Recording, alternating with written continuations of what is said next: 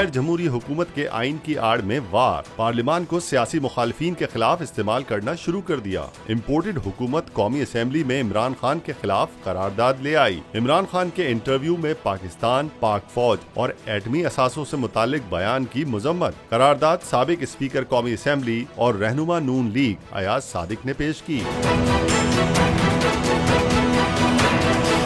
फरूख हबीब ने हुकूमत की जानिब से पार्लियामान को अपने जाती इंतकाम के लिए इस्तेमाल करने की शदीद मजम्मत की। कहा, करारदाद वो शख्स पेश कर रहा है जो आर्मी चीफ के खिलाफ असेंबली में बयान दिया करता था। हम इस इकदाम की मजम्मत करते हैं। बीजेपी के खिलाफ करारदाद पेश करने के बजाय ये इमरान खान के खिलाफ करारदाद ले आए।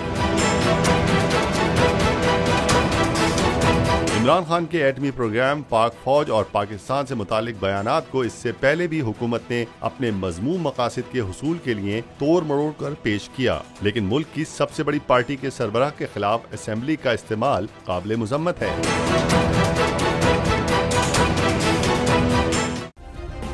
सब्सक्राइब करें और बेल दबाएं ताकि कोई खबर रह न जाए।